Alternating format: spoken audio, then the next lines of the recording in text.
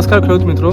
હું કોરોમંડલ કંપનીમાં છે વિભૂતિ મિશ્રા। આજે વાંકાનેર તાલુકાના જાલી ગામ में एक प्रगतिशील ખેડૂત સુફિયાન ભાઈ પાસે આવ્યા છું। એના से એના પરિચય લેશું। તમે આપનો નામ, ગામ અને મોબાઈલ નંબર જણાવો। નમસ્કાર ખેડૂત મિત્રો, મારું નામ છે સુફિયાન પરાસરા, ગામ જાલી, તાલુકો વાંકાનેર, જિલ્લો મોરબી અને મારો મોબાઈલ નંબર છે 6353 24 48।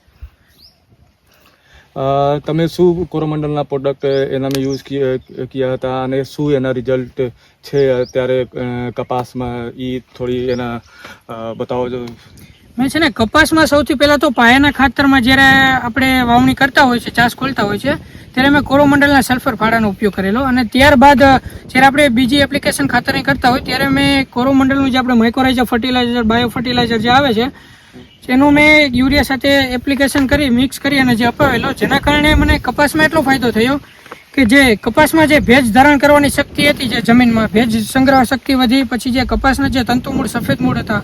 તેનો વિકાસ સારો થયો અને ત્યારબાદ જે ખાતર જે આપણે પહેલાં જો માઇક્રોરાઇઝર ન આપી, જે સહજીવી ફૂગ છે જે ન આપી તો આપણે ફર્ટિલાઇઝર પણ વધારે આપવું પડતું, પણ જેની જગ્યાએ જે માઇક્રોરાઇઝરનો મેં ઉપયોગ કરેલો, 1 એકર દીઠ 4 કિલોનો જે ઉપયોગ મેં કરેલો કપાસના પાકમાં, એટલે મને એના જે ખાતર આપવું પડતું બીજું એક્સ્ટ્રા એ પણ ઓછું થયું અને એ સિવાય જે પિયત આપવા પડે એ ઘટ્યા। અને બીજું મહત્વની વાત તો એ છે કે જ્યારે આપણે વરસાદ જ્યારે ખેંચાણો ત્યારે બધાના કપાસની કન્ડિશન બહુ ક્રિટિકલ કન્ડિશન હતી, ત્યારે જો મેં માઇક્રોરાઇઝરનો જેટલામાં ઉપયોગ કરેલો તે બધા જ કપાસમાં મને ખૂબ જ સારું રિઝલ્ટ મળ્યું। તેમાં મારે પિયત પણ ઓછા આપવા પડ્યા અને જે એનો ગ્રોથ હતો એ રેગ્યુલર કન્ટિન્યુ ચાલુ રહ્યો। બીજા ખેડૂતોને તમે શું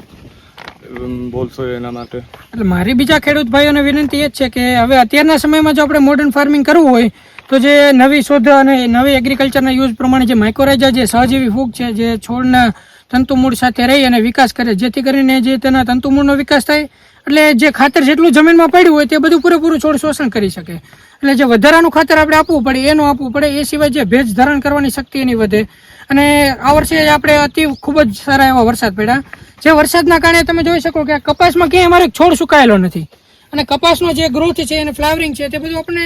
એક જ સરખું દેખાય છે, એટલે ઓછા ખર્ચે વધુ ફાયદો થયો છે કપાસમાં। એટલે બધા ખેડૂતોને માઇક્રોરાઇઝરનો ઉપયોગ તો કરવો જ પડે।